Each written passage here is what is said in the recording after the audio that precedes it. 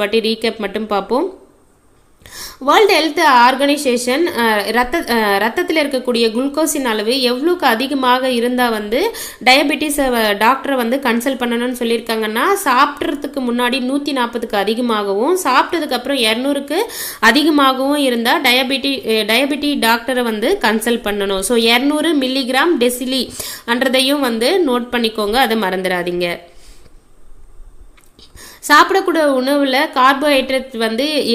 கார்போஹைட்ரேட்லேருந்து எவ்வளோ கலோரியை வந்து நம்ம பெறணும்னு சொல்கிறாங்க. மொத்த கலோரியில் 50லேருந்து 55% வந்து கார்போஹைட்ரேட் மூலயமா பெறணும். அமினோ அமிலங்கள் வந்து புரதத்திலிருந்து எத்தனை சதவீதம் பெறணும்னா 10லேருந்து 15%. மொத்த கலோரியில் 15லேருந்து 25% வந்து எதுலேருந்து பெறணும் அப்படின்னு சொல்கிறாங்கன்னா, கொழுப்பை வந்து கொண்டு இருக்கணும் அப்படின்னு சொல்கிறாங்க. சர்க்கரை அளவை குறைப்பதில் எது வந்து உதவுதுன்னா, ஆளி விதைகள், கொய்யாப்பழம், தக்காளி, கீரைகள். கொய்யா, தக்காளி, கீரைகள். அடுத்து வந்து உடல் பருமன் மட்டும் பார்ப்போம்.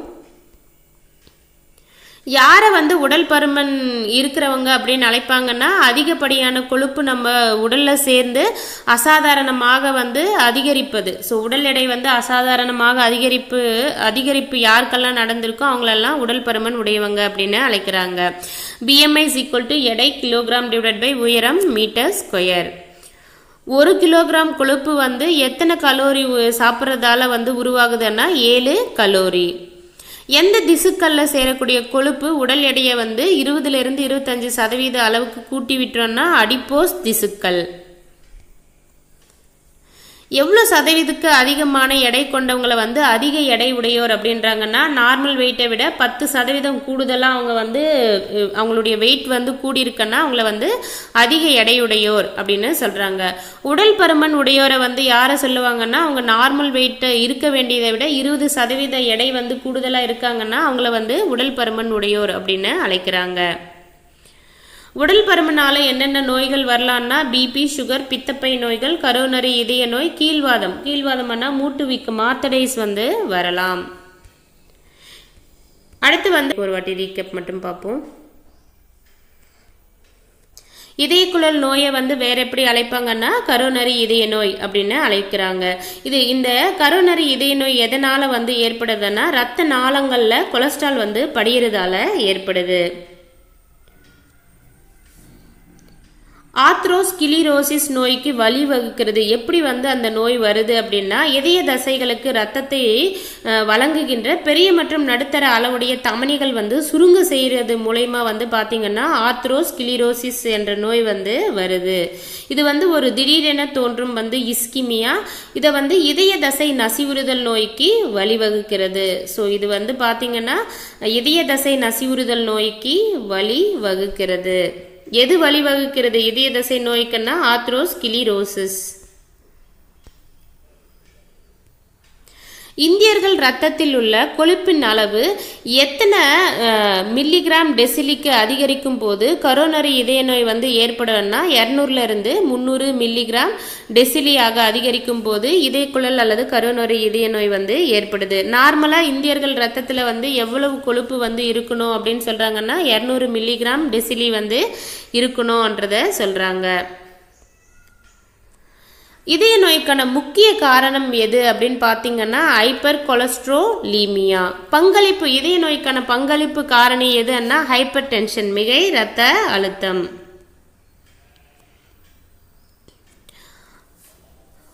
HDL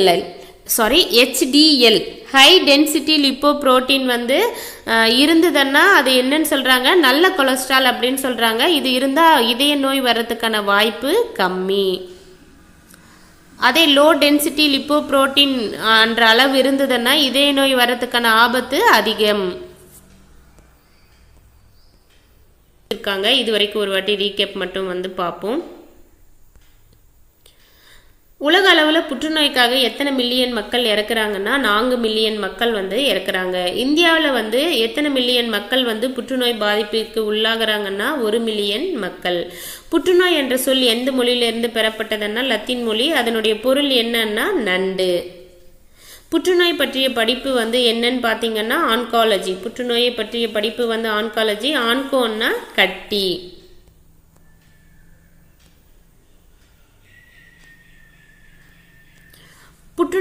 புற்று செல்கள் வந்து உடல்ல தொலைவில் உள்ள பாகங்களுக்கு வந்து இடம்பெயர்ந்து புதிய திசுக்களை வந்து அளிக்கும். இது எப்படி அழைக்கிறாங்க, இந்த செயலை வந்து எப்படி அழைக்கிறாங்கன்னா மெட்டாஸ்டாசிஸ் அப்படின்னு அழைக்கிறாங்க. இந்த மெட்டாஸ்டாசிஸால எந்தெந்த உறுப்புகள் எல்லாம் வந்து பாதிப்புக்குள்ளாகும் அப்படின்னு பார்த்தீங்கன்னா நுரையீரல், எலும்புகள், கல்லீரல், தோல் மற்றும் மூளை. உலக புற்றுநோய் நாள் எப்போதுன்னா பிப்ரவரி 4. தேசிய புற்றுநோய் விழிப்புணர்வு நாள் வந்து நவம்பர் 7. புற்றுநோயின் வகைகள் வந்து ஒரு 3 வந்து கொடுத்திருக்காங்க. Carcinoma, sarcoma, லியோகேமியா. கார்சினோமா என்ற இந்த புற்றுநோய் தான் வந்து சுமார் 85% புற்றுநோய்கள் வந்து இந்த கார்சினோமா வகையை சேர்ந்தது அப்படின்னு சொல்றாங்க. சார்கோமா வந்து 1% மட்டும் தான் வந்து இந்த வகையை சேர்ந்தது. அதே லிக்கோமியா வந்து யாருக்கு வரும் அப்படின்னா 15 வயதுக்கும் குறைவான குழந்தைகளுக்கு வந்து வருதுன்றதை குறிப்பிட்டிருக்காங்க. கார்சினோமான்றது எந்தெந்த திசுக்களால் உருவாகுது அப்படின்னு பார்த்தீங்கன்னா எபிதீலியல் மற்றும் சுரப்பிகளின் திசுக்களில் வந்து உருவாகிறது. கார்சினோமான்றது என்னன்னு பார்த்தீங்கன்னா எபிதீலியல் மற்றும் சுரக்களில் உருவாகிற ஒரு புற்றுநோய். சார்கோமான்றது வந்து எங்க உருவாகும் ஒரு புற்றுநோய் என இணைப்பு மற்றும் தசை திசுக்கள். எவ்வளவு பேருக்கு வந்து இது போல சார்கோமா வரும்னா 1%. லிக்கேமியான்றது இரத்த புற்றுநோய்.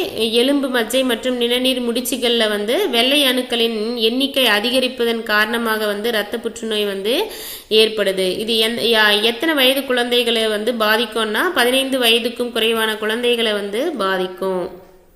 கட்டிகள்ல இந்த புற்றுநோய் கட்டிகள்ல வந்து 2 வகையா வந்து பிரிக்கிறாங்க. ஒன்று தீங்கற்ற அல்லது மேக்னனன்ட் வகை அல்லாத கட்டிகள். தீங்கற்ற அல்லது மேலிக்னன்ட் வகை அல்லாத கட்டிகள்னா உறுப்புக்குள்ளேயே இருந்து எங்க புற்றுநோய் வந்து வந்ததோ அந்த உறுப்புக்குள்ளேயே இருந்து அதுல மட்டும் பாதிப்பை ஏற்படுத்தக்கூடியது தான் வந்து தீங்கற்ற அல்லது மேலிக்னன்ட் வகை அல்லாத கட்டிகள். மேலிக்னன்ட் கட்டிகள் அப்படின்னா பெருக்கமடைந்த செல் குழுக்கள் வேகமாக வளர்ச்சி அடைந்து சுற்றியுள்ள இயல்பான திசுக்களில் ஊடுருவி பாதிப்பை ஏற்படுத்தும். மேலிக்னன்ட் கட்டிகள்னா பெருக்கமடைந்த செல் குழுக்கள் வேகமாக வளர்ச்சி அடைந்து சுற்றியுள்ள இயல்பான திசுக்களில் ஊடுருவி பாதிப்பை ஏற்படுத்தும்.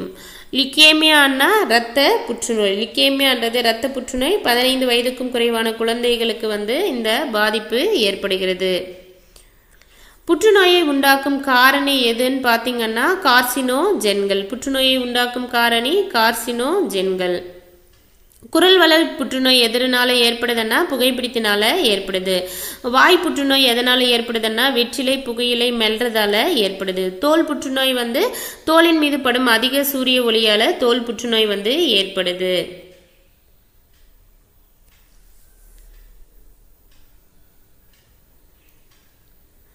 யுவி கதிர்கள் வந்து எதை பாதிப்பிற்குள்ளாக்கி புற்றுநோயை வந்து உண்டாக்குதுன்னா டிஎன்ஏவை பாதிப்பிற்குள்ளாக்கி புற்றுநோயை வந்து உண்டாக்குது. புற்றுநோயை உண்டாக்கும் வைரஸ்கள் என்னன்னு பார்த்தீங்கன்னா ஆன்கோஜெனிக் வைரஸ்கள்.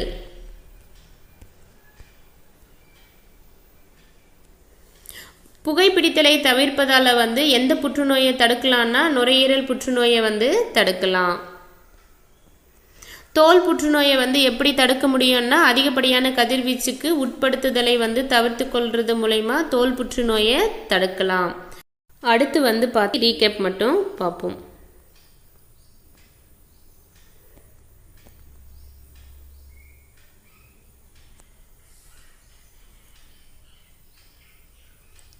HIVனுடைய ஃபுல் ஃபார்ம் என்னன்னு பார்த்தீங்கன்னா ஹியூமன் ஹியூமனோடெஃபிஷியன்சி வைரஸ். இந்த HIV வந்து எதை வந்து தாக்கி நோய் தொற்றினை வந்து ஏற்படுத்துதுன்னா லிம்போசைட்டுகளை தாக்கி வந்து பாதிப்படைந்த நபர்களில் நோய் தொற்றினை ஏற்படுத்துகிறது. இந்தியாவில் எந்த டாக்டர் HIVக்கான ஆராய்ச்சி மற்றும் சிகிச்சையின் முன்னோடி ஆவார் அப்படின்னு பார்த்தீங்கன்னா சுனிதி சால்மோன். சென்னையில் எந்த வருடம் எய்ட்ஸ் ஆராய்ச்சிக்கான முதல் தன்னார்வ சோதனை மற்றும் ஆலோசனை மையங்கள் ஏற்படுத்தப்பட்டதுன்னா 1980. இந்தியாவில் முதல் எய்ட்ஸ் நோயாளி எந்த பகுதியை சேர்ந்தவர்னா சென்னையை சேர்ந்தவர். HIV வைரஸை எந்த சோதனைகள் மூலமா உறுதிப்படுத்தலாம்னா எலைசா மற்றும் வெஸ்டர்ன் பிளாட். எந்த சிகிச்சையின் மூலமா HIV பாதிக்கப்பட்ட நபருடைய வாழ்நாளை வந்து நீட்டிக்கலாம் அப்படின்னு பார்த்தீங்கன்னா ரெட்டினோ வைரஸுக்கு எதிரான மருந்துகள் மூலம்.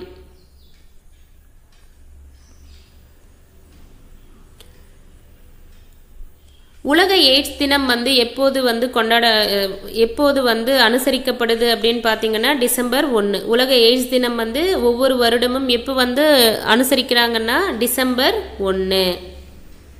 அவ்வளோதாங்க, இதோட இந்த பாடம் முடியுது. தேங்க்யூ.